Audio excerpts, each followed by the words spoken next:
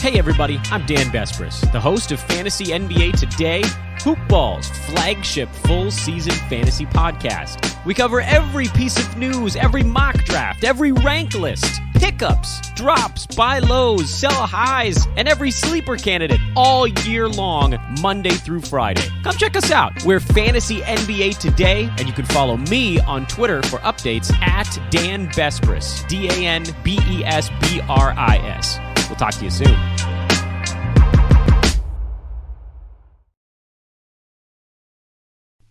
The following is a Hoop Ball presentation.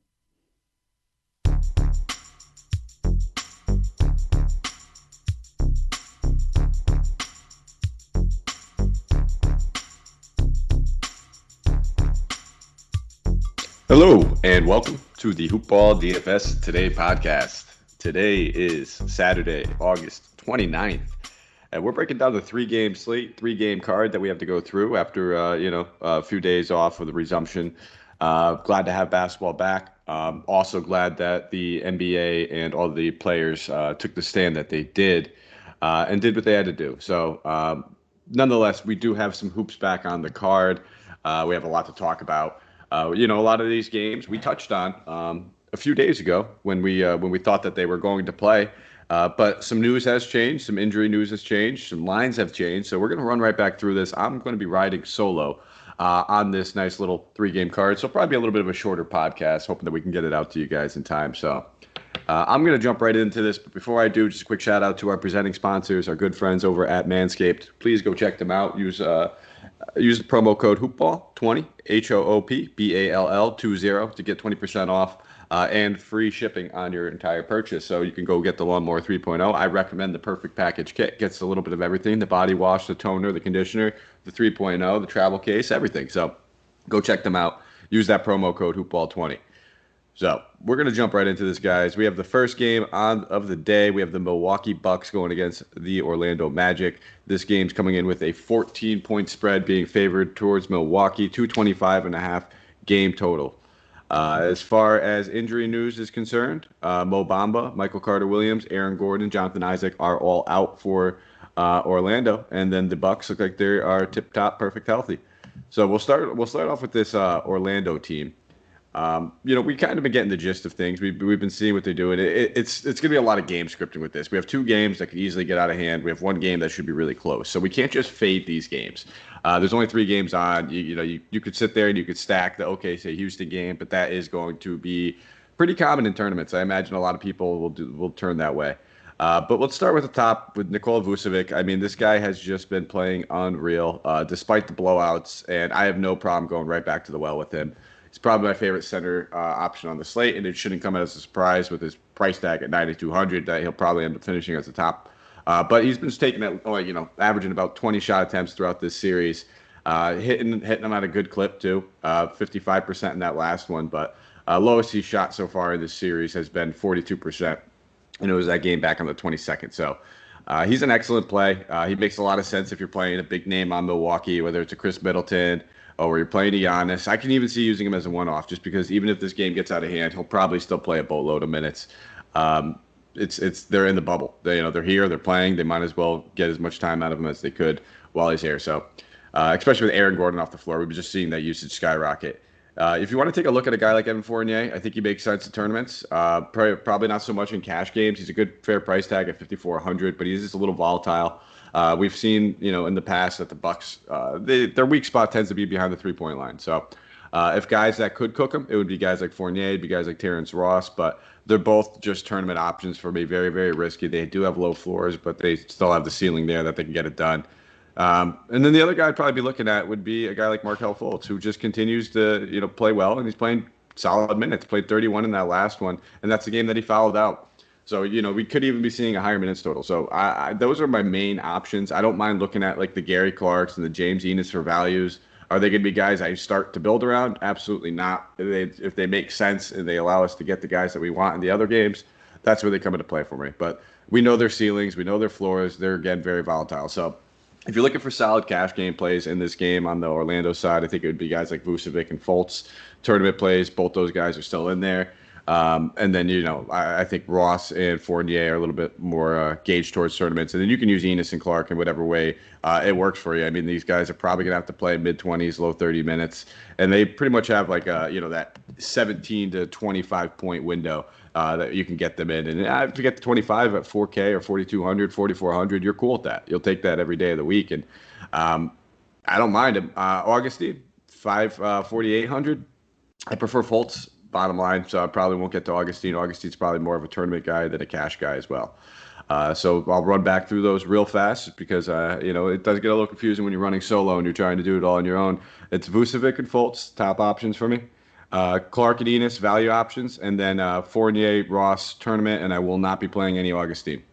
We'll slide over to the Milwaukee side. Giannis Antetokounmpo. I mean, he's a stud. We have some guys to pay up for.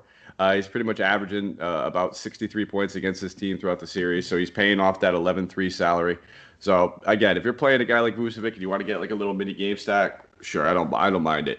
I actually prefer James Harden as my top tier guy. We'll get to him in a minute. He would be the guy I would spend up on if I'm spending up on anybody.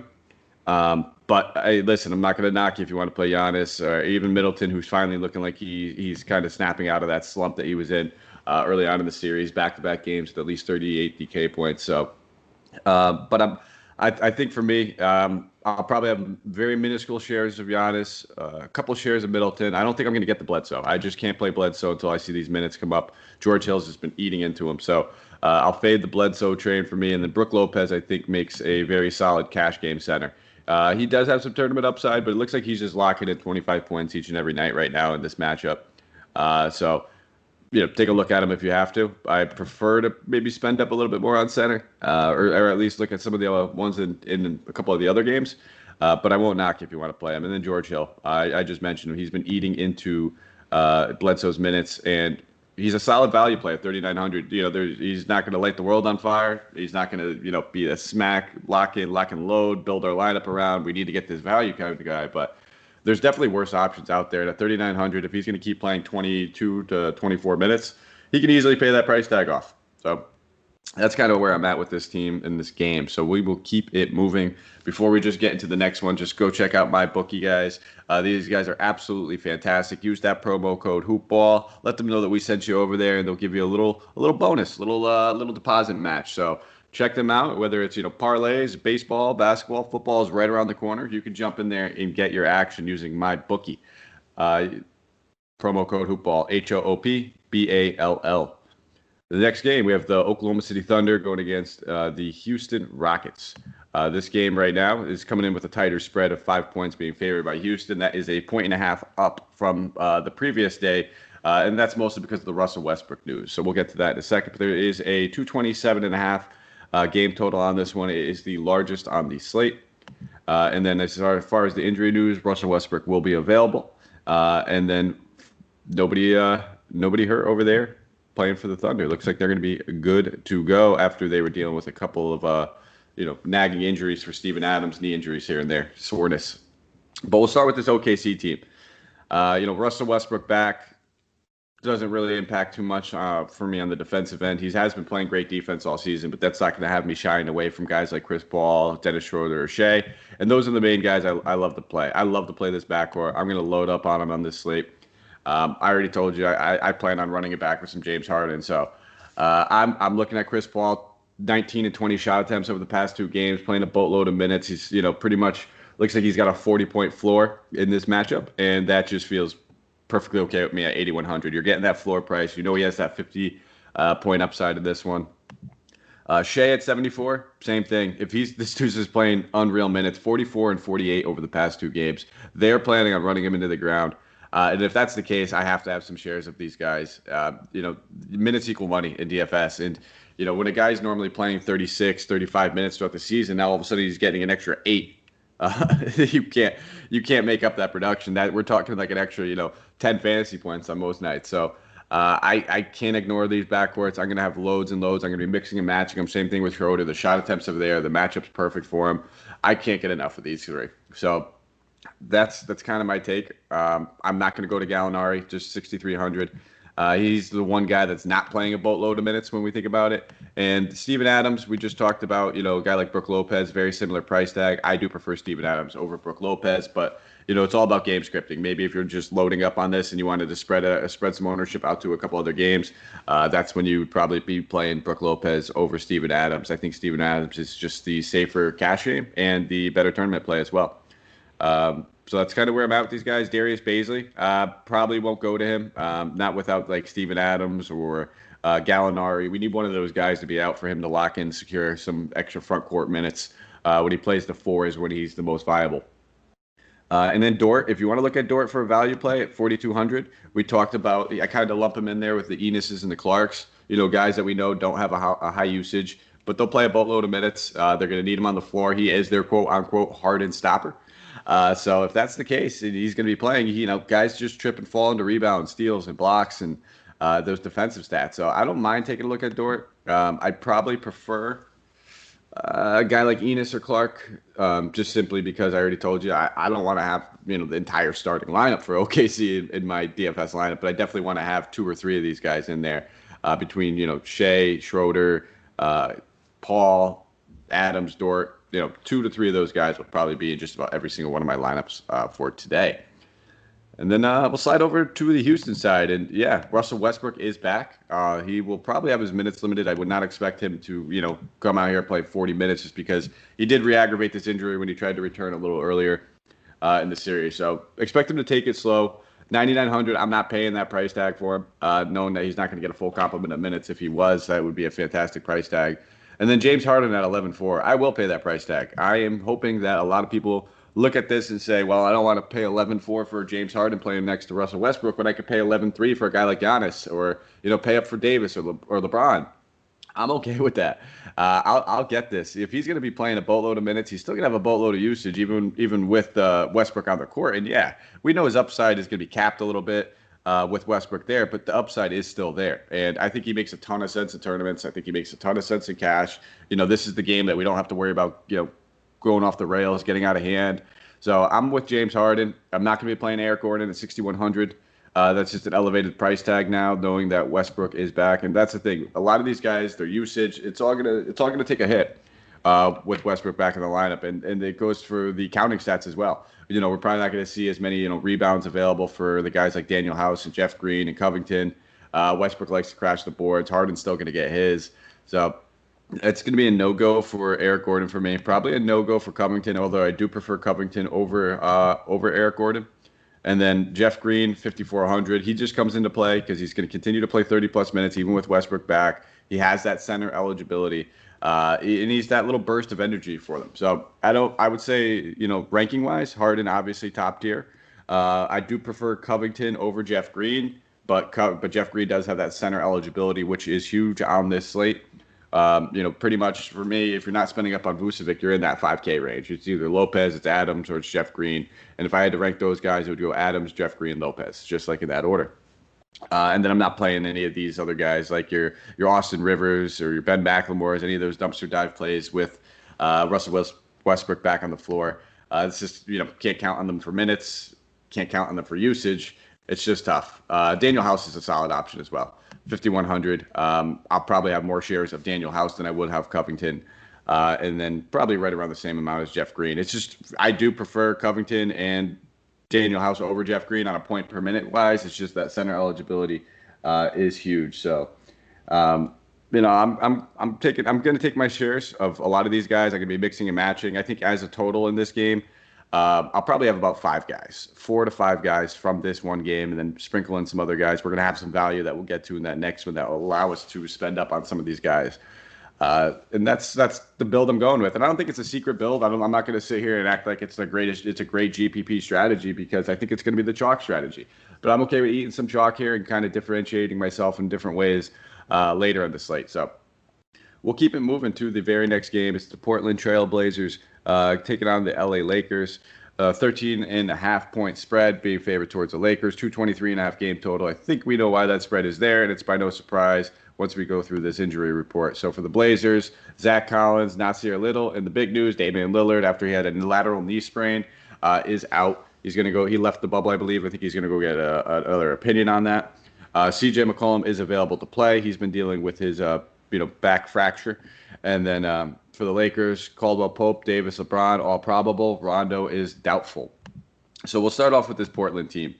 With Dame Lillard off, with the way he's been playing, the usage he's been absorbing, you just got to game script it. There's going to be plenty of value available between Anthony Simons. I think he'll probably be the chalk value play at 4K, and I can't blame you. The dude's going to probably just chuck, especially with that second unit when he starts running that. But I actually prefer Gary Trent Jr.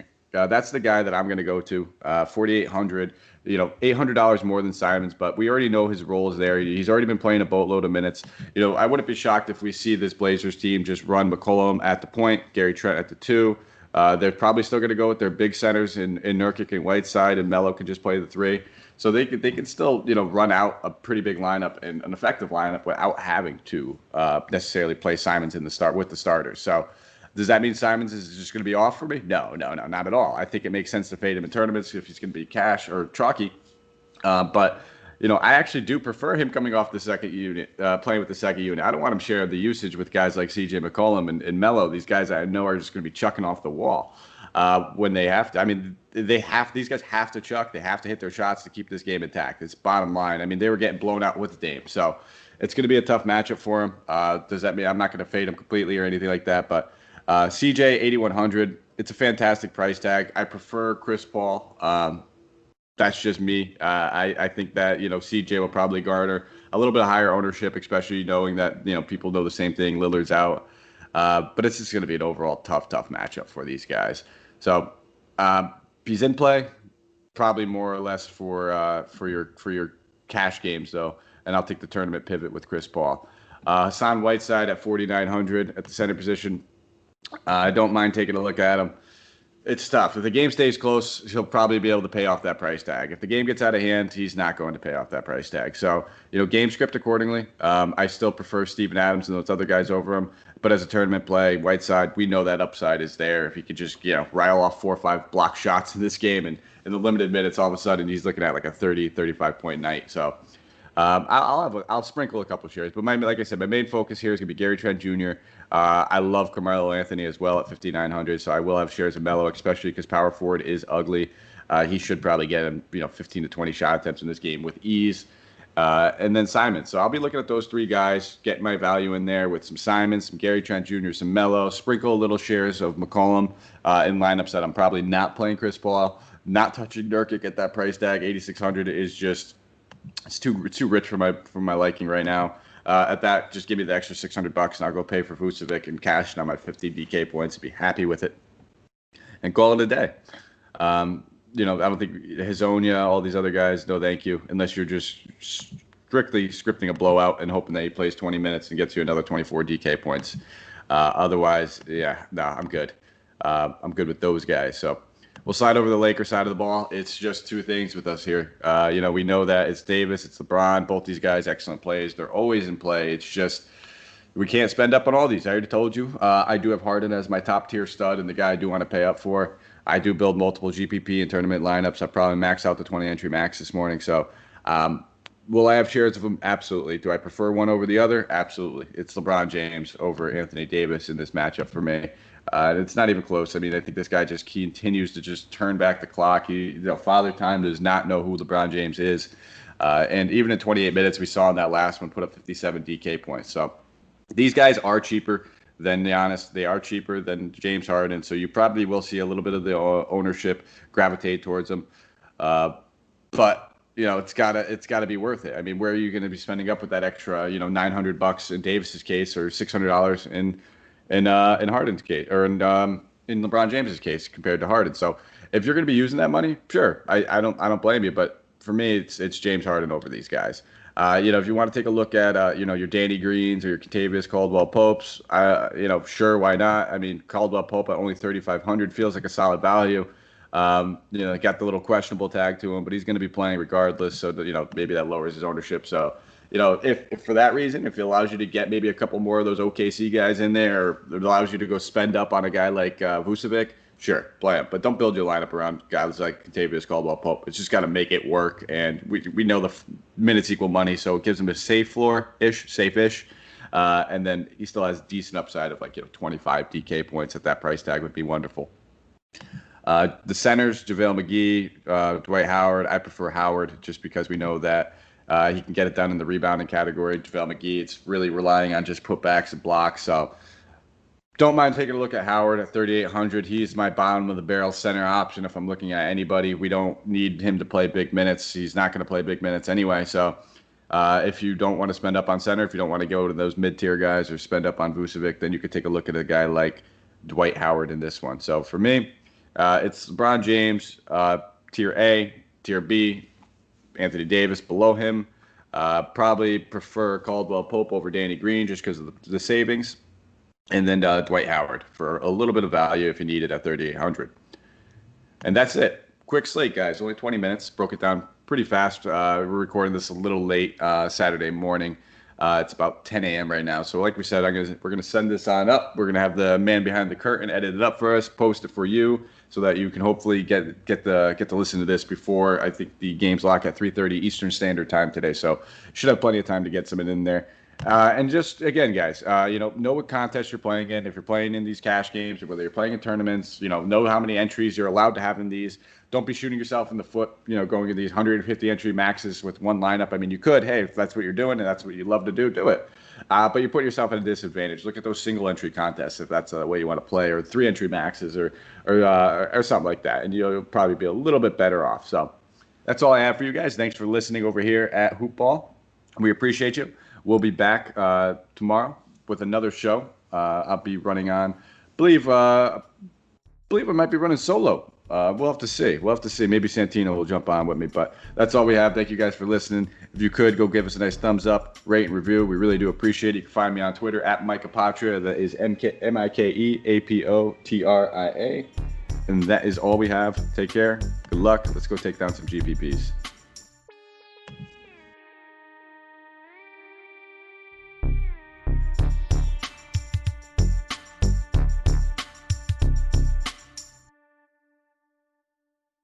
This has been a Hoop Ball presentation.